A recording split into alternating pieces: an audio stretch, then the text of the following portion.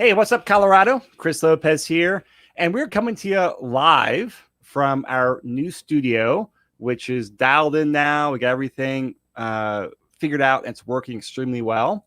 And this kind of brings me up to what we're going to be doing today and for pretty much every week for the indefinite future. We're going to be doing a brand new show, and really, we want to start doing a lot more live content. So a lot of it through YouTube and Facebook. But the reason I want to do live content, it's really two main reasons. One is I've been doing lives for a while, about the last year on and off, with bigger pockets between our real estate ride-along show and our multifamily mentor show. And it's been a lot of fun. Obviously, on bigger pockets, we go live. There's 200-300 people instantly just because they have 1 million people on their channels and watching them. But I forgot how much fun it was to just have that live engagement, that live interaction. And then secondly, as we have been growing as an organization here at the Envision Advisors and also just doing a lot more deals, if you've looked at our history, about a year ago, we did a whole bunch of deal analysis. It was actually a whole deal analysis blitz. Preston and I did a bunch of those deals together. And then what happened, we got busy, and the systems we put in place there for, hey, we close a deal, getting the information, recording a podcast for it, we outgrew it was one thing, but also it just was not working with how fast the market was moving. So as I was trying to figure out how can we get information out there quicker, I realized that lives were the show, that the process we put in place, which is collecting information, building a PowerPoint, pre-populating all this stuff, it was too slow to stay up with the market. So the other reason we want to start doing lives is so we can bring information, really market trends, current events, and most importantly in my mind, deal analyses. How can we start doing deal analyses quicker and quicker? And I think live is the best way to do it. So with this show, what we're going to do every week is have it live and have people start emailing us questions or posting on social, or hopefully join us on YouTube or Facebook. It'll be Wednesdays at 12 Mountain. As of now, it may change in the future, just to put that disclaimer out there. And we're going to talk about some current events. We'll talk some deal analyses. We'll also answer some questions that have popped up or things that have, that's been interesting to us, or questions we've had over the last couple of weeks. With all that as well, we'll have on most shows a co-host or two or guest on the show with us as well to come talk the market, come talk deals, and just have fun. So we will talk all these current events on here, but also use as a way to have fun and do some, in-person networking here in the studio, but also just doing a lot more virtual networking as well between YouTube, Facebook, and Instagram. So really trying to kind of combine the two of local networking, but doing it at scale virtually, so we can all stay in touch with each other and learn from each other. Because podcast and the YouTube videos, it's such a great way to stay in touch with people. So through all this, we're gonna be talking deals with guests, market trends, but it's gonna be a lot more casual as well, because going live is great. It's fun, but there's usually less prep on there. So it'll be a little more casual, and we'll have a few more bumps along the way. But then as we talk through deals and market trends, we'll repurpose that content across the podcast and blog posts. But this way, the live can just go, and have guests on the show as well. And have a little more fun as well. Part of the thing with the studio remodel was building a little barn here. So we will probably be having drinks most of the time. At least I'm going to, and some of the guests will be as well, just to, again, have some fun.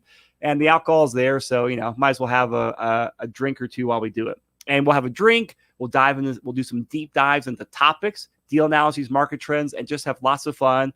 And hopefully be a good blend of education, entertainment, and give you some great edutainment so we can learn the Colorado market. So my two co-hosts today are people that everyone knows. Preston Newberry. Preston, good morning. Good morning, Chris. How's it going? Good. I'm really excited to be on the show today with you and dig into a couple deals we've done here recently and have some fun. Yeah, it's going to be a lot of fun. Yeah. Second co-host is Jenny Bayless in the Springs. Jenny, good afternoon. Good afternoon, Chris. How's it going? Good. I'm glad you were able to make the drive up and join us in person in the studio. I know. I'm excited to do the inaugural live. So I think you two guys are the perfect people to do the first live on here, so we can dive into some deals, talk some market trends, and just obviously you guys are very experienced doing podcasts, so it should be a fun time. I think we're gonna have a great time. Yeah. It's really fun to have Jenny in the studio. I've had an opportunity to work with her on a couple deals now, and it's been really good to get down in the Springs and do some stuff down there. So we'll talk 2 deals today: an 8-unit multifamily, a commercial property, both down the Springs, and also talk market trends. Before we do, well, cheers, guys. Cheers. Cheers to your water, Jenny. Yeah. You have to drive, so we forgive you. Man, and I made that drive down to Colorado Springs twice this last weekend. It's rough, It's right? terrible. Yeah. Yeah. How's the 25. construction? I haven't been down there for a while. Bad. Bad, really bad. Yeah. It's an obstacle course. Okay. Yeah. So while the pandemic happened, they didn't like knock out all the road construction. They No, they made actually it did a worse. good job. Oh, I was going to say, I think they made progress, but They made it's a progress, mess. but it's Yeah. still a mess. Yeah. All right, so let's talk some market updates because we are due for our April market updates. And this is something Jenny and I talked about on the last podcast we did, which was the market updates. I mean, they're full of stats, but they're a little boring and a little stale, to be very frank. I mean, we go through and read stats, and it also paints, the market's very tough right now in the seller's condition, also paints a pretty pessimistic picture out there for buyers, which is what most investors are right now. So we'll go through, give some market updates, but also really dive into your guys' perspective as you're out there putting deals together, showing properties, writing offers, how it's working as well. So Jenny, starting off the Springs, what are some stats on the Springs we can talk about? Yeah, there's some, I would say, historical stats that we can kind of just highlight real quick. The first one being is that we've now crested median price from March, which crested the $400,000 price point, and in April it rose 5% to 420, which is just nuts, unprecedented in Colorado Springs, which is up $70,000 from last April at 350. So, I mean, that's just kind of mind-boggling to me. And then another stat that I think highlights kind of what we're seeing observationally is 9 days on market, which is That's just crazy. Well, give us Yeah. context on there. 9 days. What does on market mean, and why is 9 days crazy? Yeah. So like if we look at last year, this time we were at 20. So it's less than half. So meaning when someone lists a property and when it Colorado Springs does it for when it goes under contract. That stays on market, not to when you have it closed. But just to have something cut in half when we know that most listings come up on a Wednesday or Thursday, go through Monday or Tuesday, collecting multiple offers. Many offers. Yeah, that's why it's at 9 in my opinion. So I mean, I think that's realistically from, real world perspective, it's probably like 4. wild. Yes, exactly. I mean, it goes on the market on, Wednesday or Thursday, and they've got offers they're going to take by Saturday or Sunday. They just, don't get it updated until Monday or Tuesday. Right. Exactly. So, yeah. Yep. So inventory, has that changed at all? Yes, it is. So and also I've got the numbers Yeah. up here too, Jenny. So if you guys are watching or listening later, we're gonna have all this up on the YouTube video and a lot of this content in the show notes as well on the blog post. Yeah, so it's up about 100 units from March, which, wow, that's awesome. Except if you put it into context for even a tight inventory market last year, this time at 1275, that's we're at 450 now. So it was Like a third of what it was. 450 single Units. family. Yeah, active listings. That's All right. not a lot. No, it's not. All right, so we're gonna jump over to the Denver trends.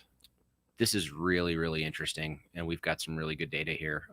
Take it away then. Yeah, no, I was just going to say, I mean, looking at this stuff, obviously we dive into it every day, but, looking at where we are, compared to the previous year, I mean, I think active listings for April anyways, were like 2,600 in Denver, give or take.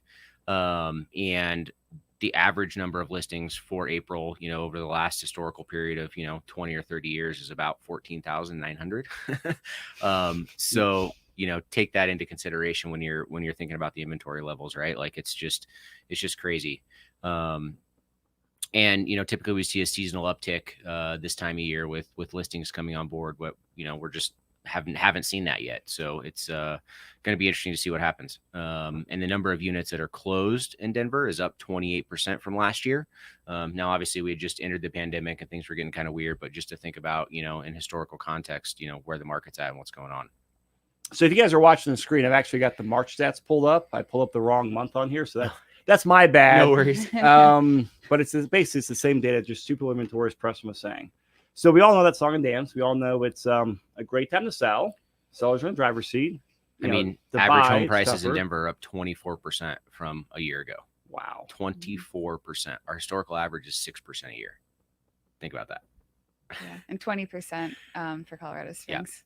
So let's talk about this. I mean, from a day-to-day perspective, taking away from stats, but more from just you're in the trenches, you're out there putting deals together. Preston, you've been an agent for a number of years now. You've seen the market low inventory. Now you've seen this crazy low inventory. What's it like getting deals together now? Is it still worth buying, or is it just too hard? Absolutely, it's still worth buying. I think the biggest thing in the conversation I have with our clients is, hey, we're going to have a few swings at the plate before we get a home run, and even if we end up with a base hit or a double, like, let's take what we can get right now, because the sooner you get in, the sooner you make something happen, you're going to be able to ride this wave that everyone else is on. And at some point, yes, it's going to slow down, but it's better to get in now while you can. And the tough part about that is, yeah, we're paying over what sellers are listing their houses at. But I think the big thing to take into consideration is list price is not market price, right? What do you mean by that? So it's like when you go to the grocery store, right? You're going to buy some fish. It's market price, right? It's what the market's willing to pay for that house, as opposed to what the seller wants to list a house at. They can list it at whatever they want, but at the end of the day, the market is willing to pay what the market's willing to pay for that house. And that's what you have to compete with. And that, typically in our market right now is going to be anywhere between 10 and 20% over what the house is listed at. And it's just, setting those expectations and being prepared for that and knowing, what it's going to take to make a deal happen.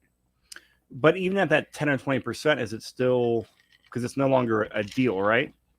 You're using air quotes? Yeah. I mean, what is a deal, right? Everyone has a different idea of a deal, but at the end of the day, it's about building long-term wealth in real estate. And that's what we do with our clients. So, looking at the long-term, the big picture, everything from a global perspective is, hey, get in the market, get in a house.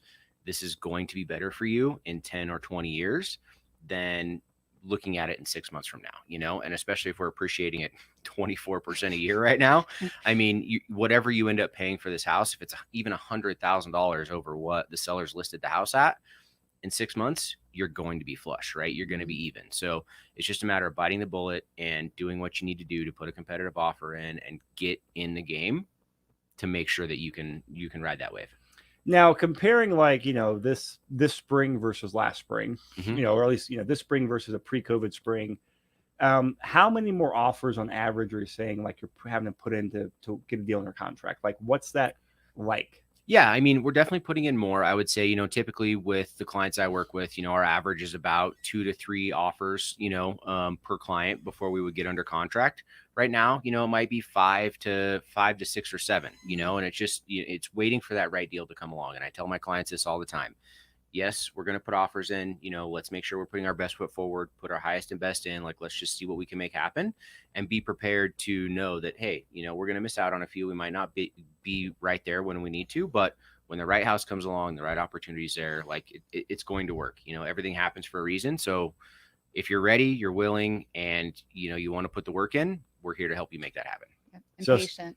Yeah. So still find a deal, just more offers to get under contract. Yep, exactly. All right. Yep. Jenny, what's it like at the Springs with you and Leah as you're putting properties under contract? I think the best way to summarize that is ditto to what Preston said. But yeah, same thing. I mean, we're seeing 5, 6 offers until we get a successful one. Same thing. Even though inventory is really low, there's still deals to be made. There's still deals to be had out there. So just keep analyzing, keep trying to put something in.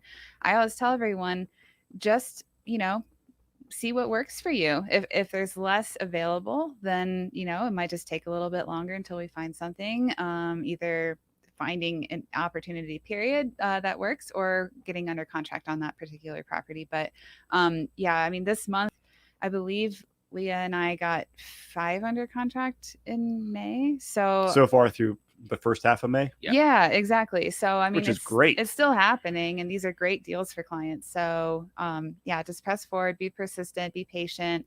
That's the best way to describe it, I think. Yeah. And I think, the big thing is just knowing that, what a deal was a year ago, right? Again, air quotes, what a deal was a year ago is going to be different than what a deal is now, And so, yeah, cash flows might be down a little bit, but, you flip the coin and look at the appreciation side of things. So it's just, what the real estate market's giving us and saying, hey, does this work for me or does it not? And, going one way or the other. So exactly. Yeah. Great. And something that we were talking about before we started recording was it's a really great time for people to sell. And I know this sounds counter, but it's also still a good time for people to buy. So just because it's good for people to sell, I don't think it means it's a bad time for people to buy, if that makes sense. No, it makes sense. And Yeah. to kind of give some numbers out there to people as well, say it's a good time to buy because, all the data shows that prices and rents will continue to increase. Mhm. Yep. We're at a still very historical low for interest rates. So you can lock in some very cheap debt. Yep. And I mean, I think there's a good chance we will see inflation. Yep. I was just down the going to road. touch on that, Chris, because I know we recorded a podcast the other day. I don't think it's been released yet, but No. it's just about locking in, that debt service at a really, really cheap rate right now, Mhm. because we know inflation is coming. How big or what that is going to look like, we don't know, but something's going to happen. So it's just a matter of like getting in now and riding that wave. Yeah. And I think that I heard that they're trying to aim for 2% appreciation, which, I mean, Inflation, you mean? yeah, excuse Yeah, me, yeah. inflation. And which would, I mean, the debt burden just becomes completely reduced every time that happens. So Yeah. it's interesting to kind of see the impact for that. And so that's why it's still a good time to buy. We don't Mhm. see anything like, hey, interest rates will go up, prices will go up, income's going up. So not a great time to sit on the fences, but also a good time to sell because if you got a property you've owned for 5 or 10 years with equity in there, Mhm. as we've talked on their podcast, great time to tap in an equity where it might be a cash out refi, but a lot of times it makes the most sense to sell, trade up in 1031, especially, who knows what's going on with the 1031 exchanges. There's talk Yeah. about it, maybe some of it phasing out. If that's the concern of yours, great time to start making those moves now. And that's going to take a while to implement. But hey, we're in a hot seller's market. Time to sell those properties, move the capital where you want to, Mhm. and hedge your bets, but still buy new properties and get great, cheap debt on properties. Absolutely. Just keep moving around that Monopoly board, right? Exactly. All right. So market stats, low inventory, still good time to buy, good time to sell, and we can still make things happen in the long-term perspective of making long-term wealth. If you're looking to make a profit in 30 days, be tough. Looking to make a profit in 30 years, we can do that. This market still makes sense from like the big level trends. So moving on, really excited to say that our 2021 guide to Colorado real estate investing strategies book is now being released in about 2.5 weeks. And so what's happened, I actually want to get this book out in April, but just with work and life, it got a little harder to get the book out on time. So we actually changed the name from Denver to Colorado since we've got Jenny and Leah down, and we're going to continue to expand over Colorado. So really want to get a whole breadth of what investors are doing around Colorado. So this year, we've actually had over 30 investors contribute a chapter of the book. So now it's bigger and also better. Bigger and better, right? It's a great combination there. So what we're going to do, since the book is out and also the world is opening back up between COVID rates going down, vaccinations, warmer weather, we're actually doing our first in-person networking event as well. So come Friday, June 4th from 3 to 9 p.m., we're doing a networking event plus in-person book launch as well. So we got 200 books ordered. Hopefully we'll give every single book away there at the event. But the main purpose of the event is come hang out. Come have a drink or 2 or 3. Come have some food. Come get some FaceTime. Yeah, and come meet people Right? face to face. Like Yeah. I was actually thinking about this the other day. I was like, wow, it's going to be weird to be around people without masks and actually talk. Like weird in a good way. Like I have to dust off notes on how to Right? do You're like gonna an have to, in-person like, event. Yeah, shave and make sure your beard's all trimmed up. People are gonna be able to see your face now. I know. So it's going to be a lot of fun. So that is Friday, June 4th. We got the RSVP link. We'll put that in the show notes, or if you can't find it, email us. But that will be a downtown venue. Just we'll have a food truck. We'll have booze. We'll have a good time. It's family friendly. So just come have fun, network, grab a copy of the book, and get back to somewhat of a normal life. So now let's talk about some deal analyses. So we have an 8-unit. I'm going to go through 2 here.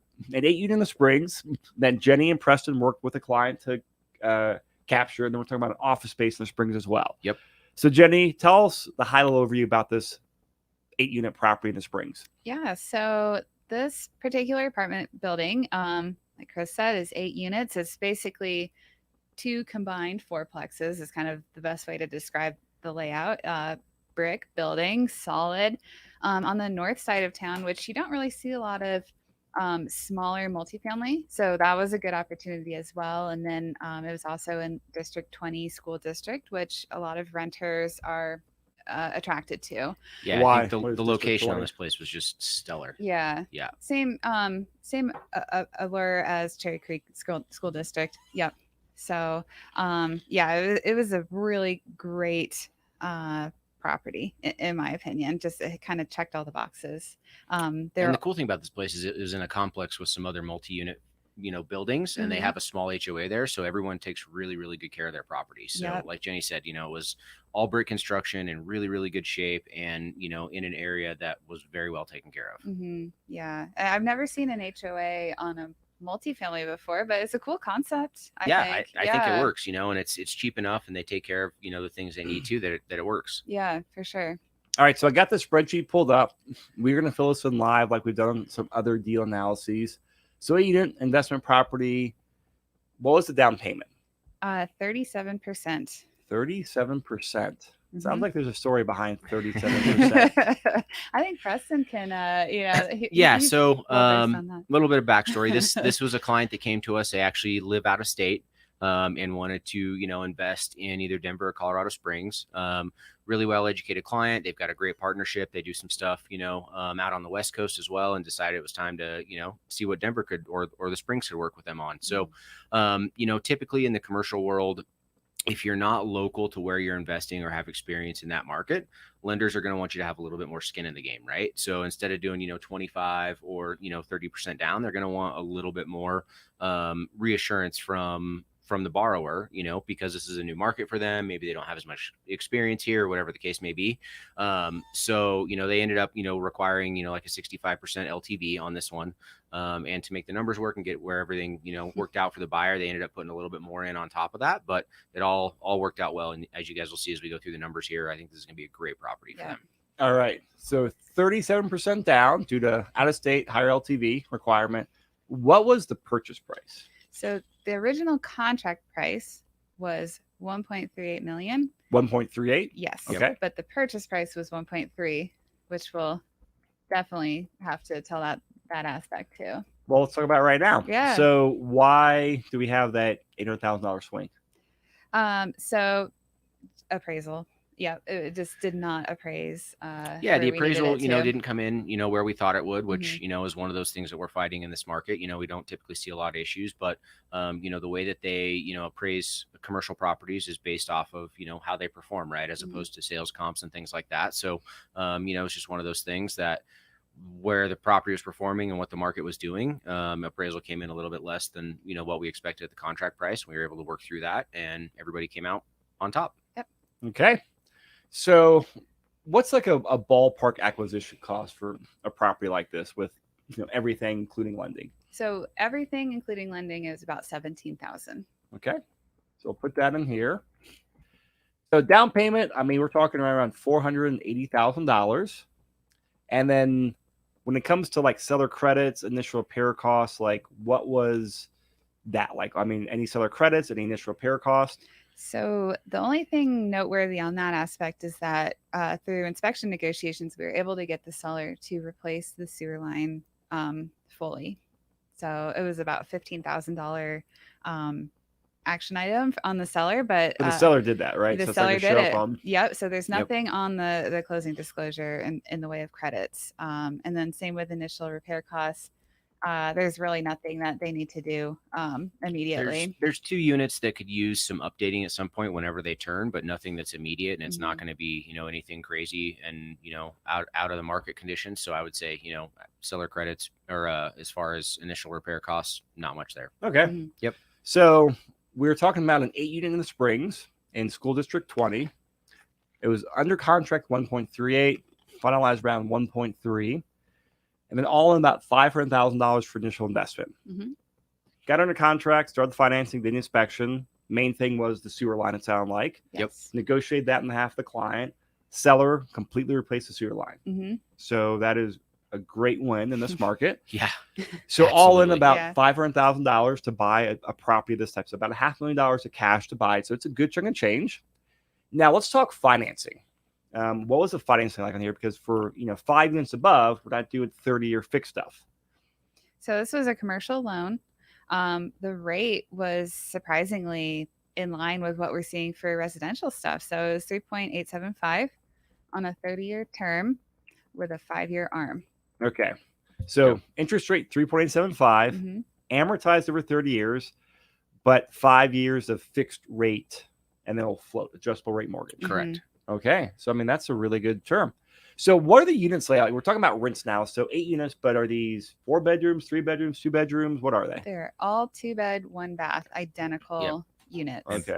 both buildings are the exact mirror of each other, which is really nice.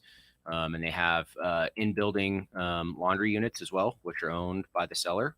So there's a little bit of income there, which we'll talk about. But overall, in really good shape. And also storage units that he was not renting. The seller was not renting out. He was using them for personal use.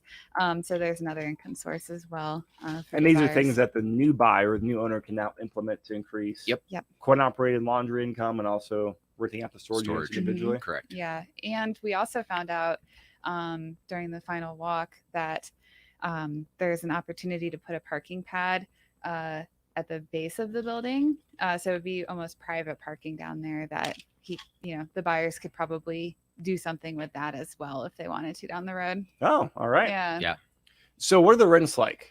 Like, what's the? I imagine there's some what was the rent roll like? Was it all the same or? Oh no, all over the board? It was all over the place. Rents were all over the place. And what was the range? Oh gosh, Or do you don't know off the top of your? I don't know. Okay. I went through everything, and on average, they were at $1,050, which includes billbacks, which were also all over the board. Okay, so we'll just say a blended rate of about $1,050 a month. Because they were all over the board from anywhere from $800 to some of them were over $1,100. Yeah, okay, it was wild. Yeah. So we'll plug this in here and start with this and come back and update it. So $8,400, and then $200 a month in laundry income. Okay. And that's existing already in there. Correct. Okay. And that's typically about standard what we'd see for an 8-unit building. It's about $100 for every 4 units. So, So property management. What does property management cost for a multi down the Springs? So if they were to shop this, it would be 8%. Usually, most property managers do 8% if it's at 4 units and up. Okay. Yeah. So we'll put an 8% repairs and maintenance. I think 8 is an appropriate for that. And you said there's an HOA on this. What is that monthly HOA? So it's $237 a month, which covers parking area maintenance, trash, and covenant enforcement. Covenant enforcement, really? Okay. Which they are actually pretty strict about down there. Yeah, so it was nice to see. I actually saw cars getting towed when we were down there doing our inspection. So like I said, they take good care of this place. What are taxes? So taxes are $3,600 a year. Insurance? $3,700 a year. And then utilities? $6,200 a year, which for everything? Yes, which covers common area electric, laundry, and then gas and water are not separately metered, so owner pays for that as well. Okay. And this is where they're implementing the utility bill back to offset it? Correct. Okay. And I mean, so we're talking basically $500 a month in utilities. Were the bill backs to tenants covering $500 a month? Yes. They were. Oh, okay, great. Because a lot of times we see where they're not. Where they're not. Okay. Yeah. So the bill backs, the prior owner actually was including within the bill back snow removal and even cleaning of the common area, like the stairwells, like having a cleaner come through. So I mean, he had everything. He had everything on a bill covered. back. Yeah. He just had rents significantly below market. Okay. Any other expenses, operating expenses? No. Okay. Nope. Pretty clean and simple. So we're going to switch to the cash flow tab now. And just for simplicity, we're plugging this into Joe Massey's spreadsheet to kind of just do a rough calculation of numbers. So we're talking about an annual gross rental income of just over $100,000. $100,000 minus vacancy, all the expenses, gives us an NOI of about $67,000. So right around that 33% operating expense ratio, which you often cite. So that's right on there. Less the annual mortgage payments of $46,000 is an annual cash flow of $21,000 a year. So that's good. That's really good cash flow. 4.2% cash on cash return and a 5.2% cap rate. What is your reaction on that, Jenny? Is this good, bad? What is it? Great.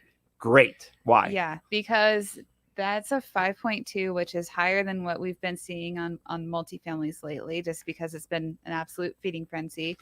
And that's at current rates. We can definitely get that up much higher with some more efficiencies in place. Okay. Yep.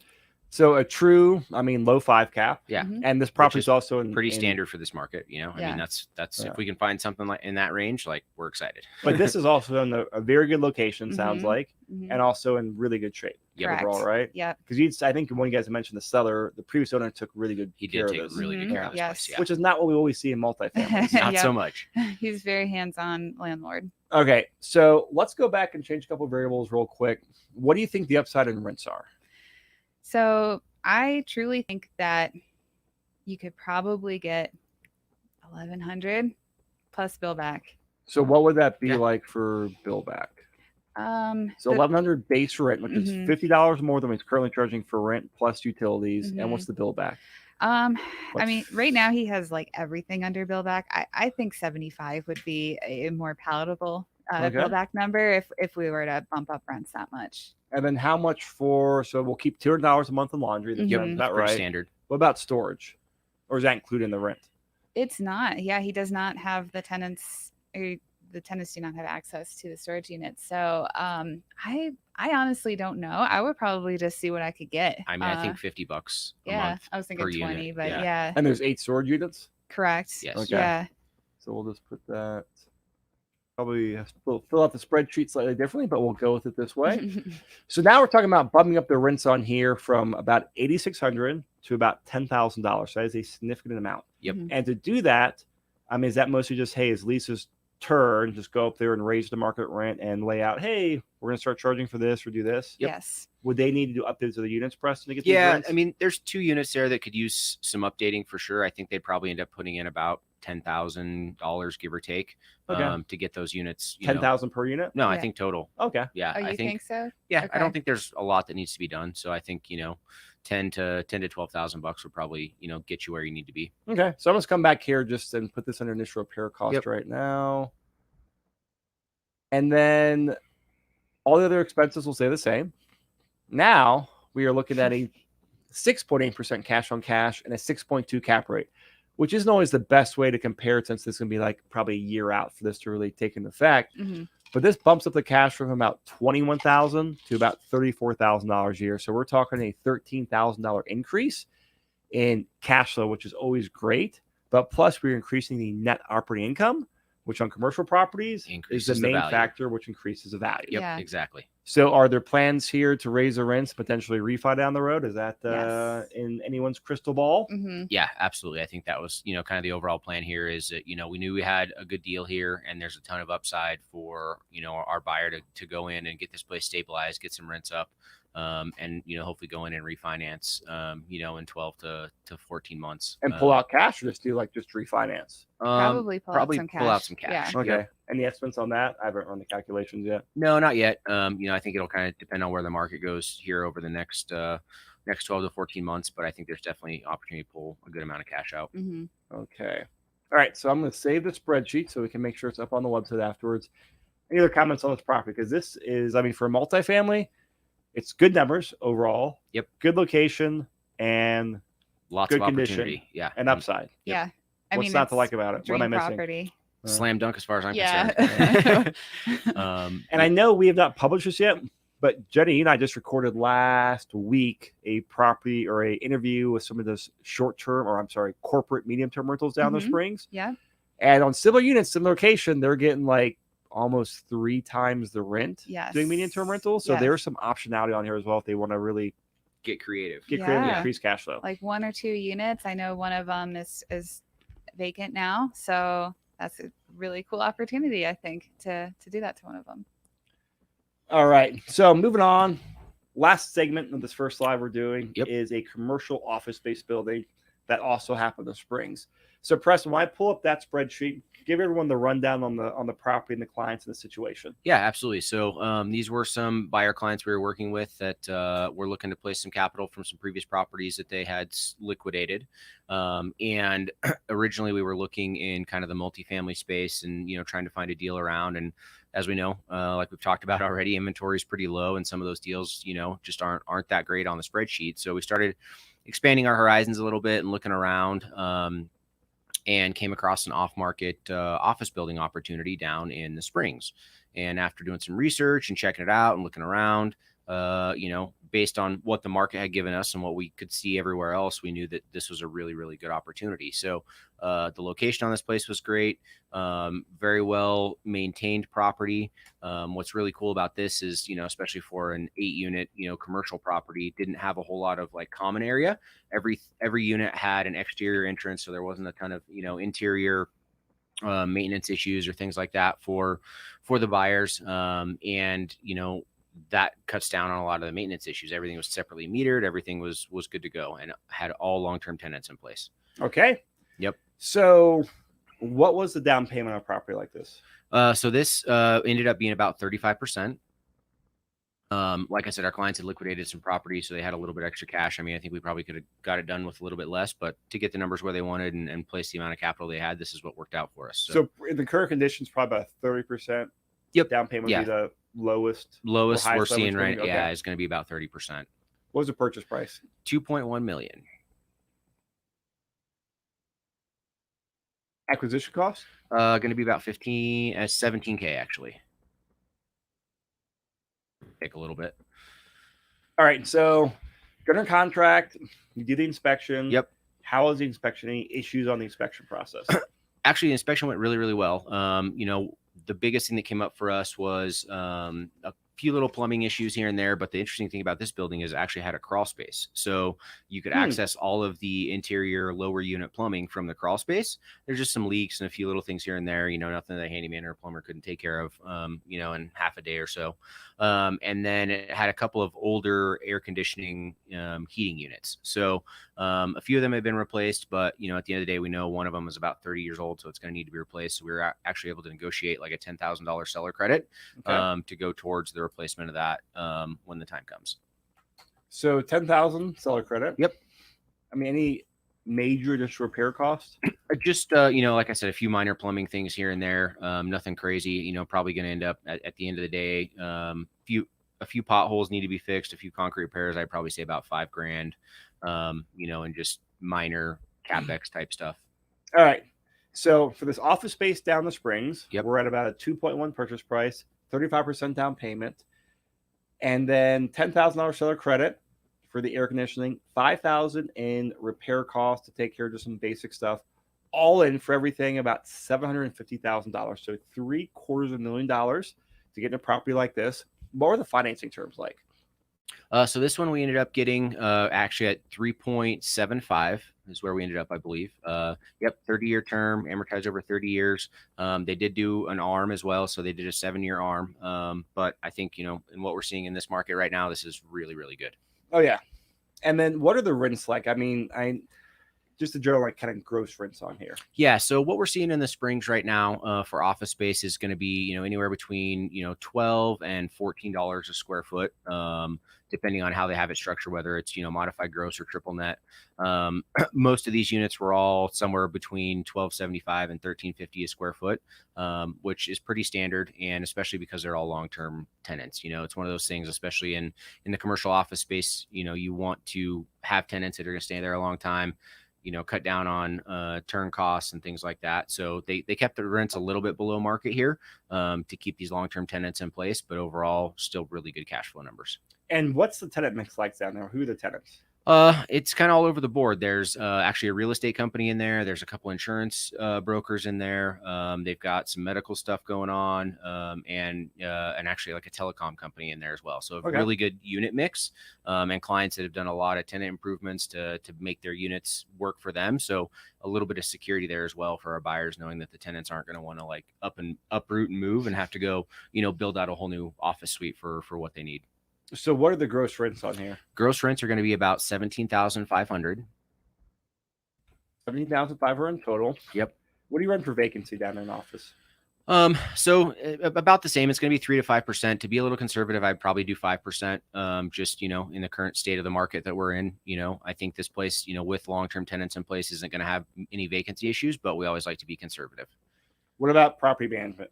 Property management is going to be about 8%. There's reserves? I would put those at 8% as well. You know, it is a little bit of an older building. There's, you know, parking lot and some of the exterior stuff that they'll have to take care of. But again, those are going to be, you know, not expenses that happen, every year, but whenever they do hit, it's going to be a pretty big chunk of change, right? HOA? No, I'm No assuming. HOA. Taxes. So taxes here are going to be about $22,000 a year. Property insurance is going to be about $7,000. 7,000 or 77? 7,000. 7,000. Yep. Okay. Utilities? So these are all billed back to the tenants. So like I mentioned, everything else is basically separately metered. So tenants pay all their own utilities and things like that. There's 2 units that do share a few utilities, but those all get billed back to them. So at the end of the day, there's basically no utilities for the buyer. Wow. That's great.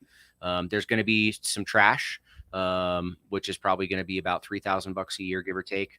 And landscaping is going to be around $2,000 a year, and that includes snow removal. Okay. Yep. All right. So property management 8%, repairs reserves 8% in gross rents, taxes $20,000 a year, insurance $7,000 a year, and then $3,000 for trash, $2,000 for landscaping, snow removal.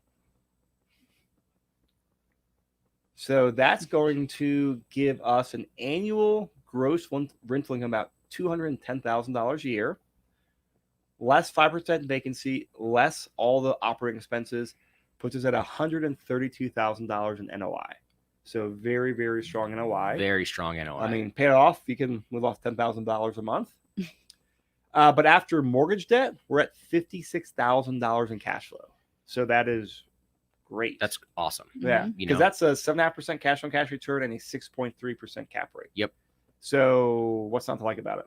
What's the issue? That's exactly why we pulled the trigger, right? I mean, looking around at some of the other deals in the multifamily space, like the deal we just went over. I mean, even finding a 5 or a 5.5 cap in the multifamily world is really good right now.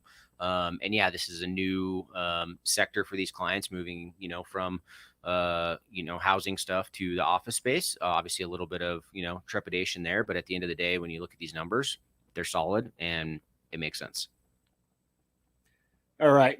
So looking at these numbers or looking at this property, any kind of closing thoughts on your Preston? No, I think, this is kind of one of those deals where you put some money, you park it, you've got, long-term leases. That was kind of one of the things we negotiated as we went through this deal, is getting a couple of the leases that were going to be up this year or coming up soon to get those extended. So there was some more security there for the buyers, which obviously helps in the lending side of things as well, right? Because the lenders know that, there's secure tenants in place. And so, I think it was just one of those things. We negotiated a really solid deal for our clients and everybody came out as winners. All right. I like this. Yeah. Because I don't know commercial space in the spring. So this is really very interesting to me. It's always a learning experience, Chris. Yeah. Yeah. What is their long-term plans? Do they want to hold on to this for the foreseeable future or for a few years and then 1031 into something different? Or I think it's one of those things. We'll see what the market does, right? I mean, at the end of the day, they are definitely real estate investors. They own other property around the state. So it's kind of one of those things. Hey, this deal is here. Let's take it. Let's see what happens. And then, in 3 to 5 years, we'll reevaluate and go from there. Okay. Yeah. All right. So this kind of does a wrap for our first show, guys. Our first live show. Yes. So first off, Awesome. Thank you. Audience, give us your feedback on here. Let us know what you like. You'll definitely see through the next few shows. It's going to be very fluid. We are definitely learning as we go. We have a very light agenda, very light outline, and we're just going to sit here, bring on great people like Preston and Jenny were today, and just talk numbers, talk trends, talk data, and just have a fun time as well. So give us feedback, and also be on the lookout too for ways to ask us questions, submit questions through email, through social. Join us live. Eventually, we'll start getting people live on the show as well, which I really want to do. But in the meantime, don't forget to get your 2021 guide of the Colorado Guide to Real Estate Investing Strategies. And we are doing our book launch party, our first networking event for the last 18 months on June 4th. So please join us there. If you can't find the link, email us. Otherwise, it's in the RSVP link. And then if you guys have questions out there, go buy properties. I mean, we remember market stats. It's tough out there, but we're still finding deals. We're still making it happen. Good deals. Yep. Reach out to us. Whether you're a first-time investor, we can help you figure out your strategy, implement it. Or if we've talked to a lot of people recently who've had a portfolio for years, like, hey, is this a good time to sell? How can I optimize equity on here? I feel like a good time to trade up. Reach out to us. We have resources and case studies for both types of investors, and we love helping you out. So thank you. And Jenny, Preston, thank you. Thank you, Chris. This has been great. Thanks, Chris.